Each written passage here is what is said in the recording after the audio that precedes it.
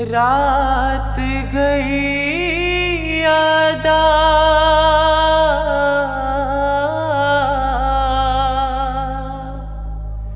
اتک رودو رادا دی بانت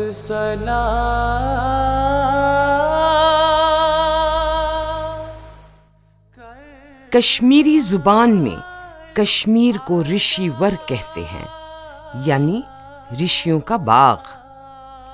سرزمین کشمیر پر ازل سے ہی اولیاء اکرام، خدا رسیدہ بزرگ، صوفیوں اور رشیوں کا سایہ رہا ہے۔ ان بزرگوں نے وادی کشمیر میں وقت وقت پر ایمان اور علم کے مینار روشن کیے ہیں۔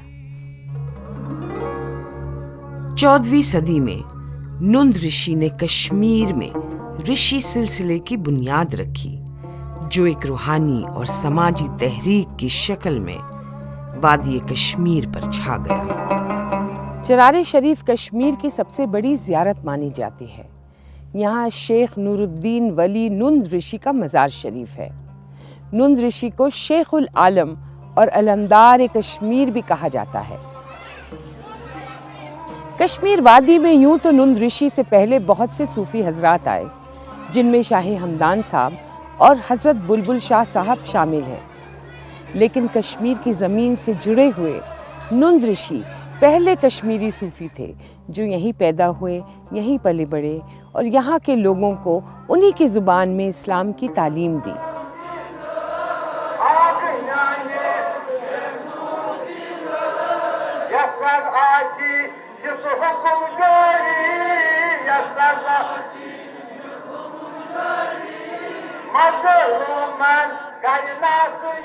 شیخ العالم نند رشی کے والد شیخ سلار الدین کشتواڑ علاقے کے ایک راجپوت گھرانے سے تھے۔ شیخ سلار الدین میر سید حسین سمنانی کے ہاتھ پر اسلام لائے۔ حضرت سمنانی میر سید علی شاہ ہمدان کے خاندان کے ایک صوفی بزرگ تھے، جو شاہ ہمدان سے پہلے وادی کشمیر تشریف لائے تھے۔